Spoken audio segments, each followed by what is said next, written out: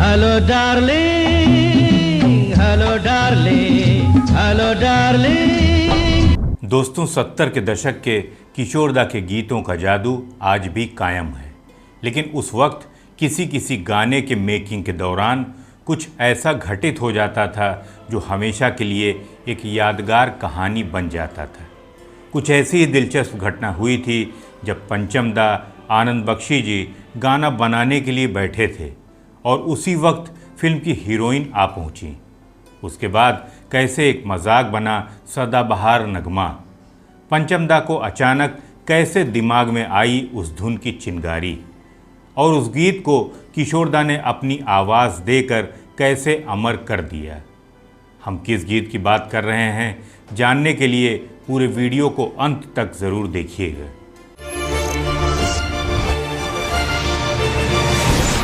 नमस्कार, मैं हूं आपका होस्ट और दोस्त संतोष और आप देख रहे हैं मूवी म्यूज़िक मी, जहां हर गाना एक एहसास है और हर एहसास एक कहानी।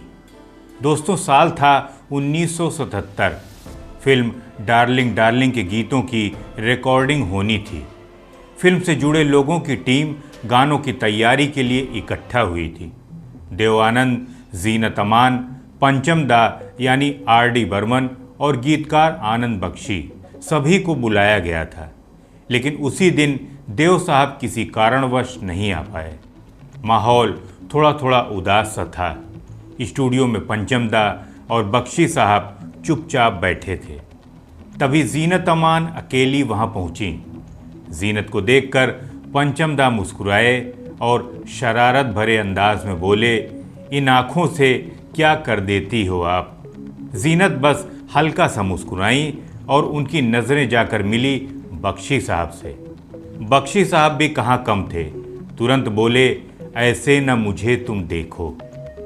बस उस एक लाइन ने जैसे स्टूडियो का माहौल बदल दिया।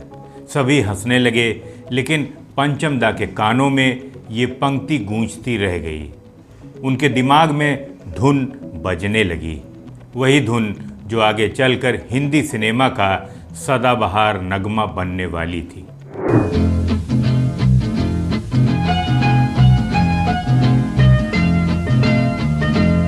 देव साहब मीटिंग में थोड़ा देर से पहुंचे और सभी ने फिल्म पर चर्चा शुरू कर दी।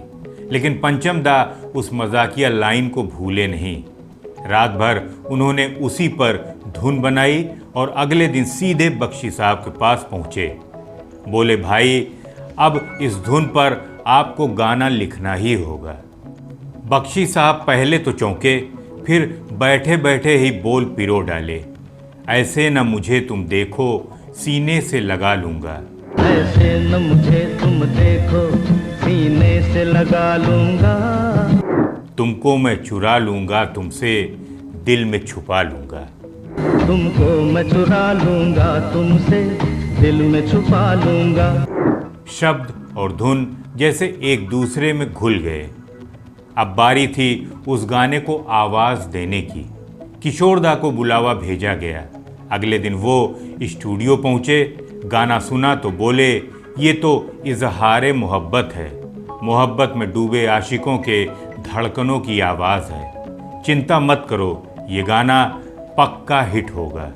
पंचम दा ने किशोरदा से कहा कि गाने की शुरुआत आप अपनी सॉफ्ट वॉइस से कीजिए।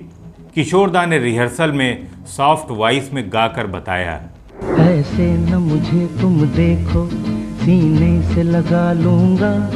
पंचम दा के ओके करते ही किशोरदा ने बिना कोई दोबारा टेक लिए सिर्फ एक बार में ही पूरे जोश और दिल से गाने को रिकॉर्ड कर डाला। तुमको मैं चुरा लूंगा तुमसे, दिल में छुपा लूंगा। गाना रिलीज हुआ तो चारों ओर धूम मचा गया। ये गाना उस साल का सुपरहिट नगमा बन गया। अरे तेरे दिल से है दिल पर दिल मेरा कहता है।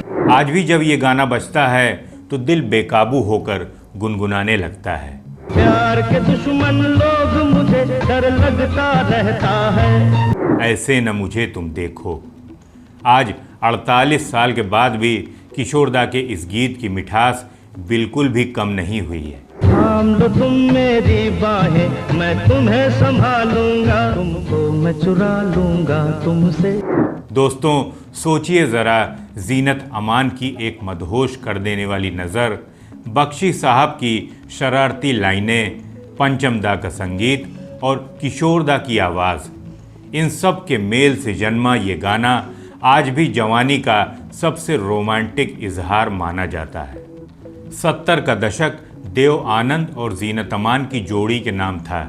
हरे रामा हरे कृष्णा से शुरू हुई उनकी जोड़ी आगे चलकर हीरा पन्ना, वारंट, इश्क इश्क इश्क और डार्लिंग डार्लिंग जैसी हिट फिल्मों तक पहुंची। लेकिन इस गाने ने उनकी जोड़ी को अमर बना दिया। दोस्तों उस दौर के कलाकारों की सबसे बड़ी खूबी यही थी कि वे मजाक में कई पंक्ति को भी गीत बना देते थे और फिर उसमें जान भी डाल देते थे। आज का दौर भले ही बदल गया हो, लेकिन उन गीतों का जादू आज भी कायम है।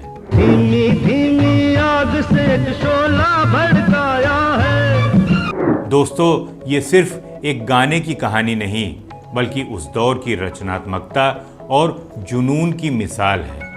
एक मुस्कान, एक नज़र और एक लाइन जिसने हमें सदाबहार नगमा दिया। यही है 70 के दशक का असली जादू।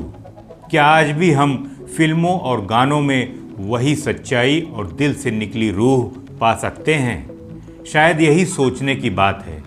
अपने कमेंट्स में आप हमें ज़रूर बताइएगा। और हाँ, अगर आपको हमारी ये कहानी पसंद आई हो तो लाइक, शेयर और सब्सक्राइब करना न भूलें। मैं फिर मिलूँगा आपसे एक और सुरमई दास्तान के साथ। तब तक के लिए आप अपना ख्याल रखिएगा, संगीत से प्यार करते रहिए और मूवी म्यूज़िक में देखते रहिए। नमस्कार।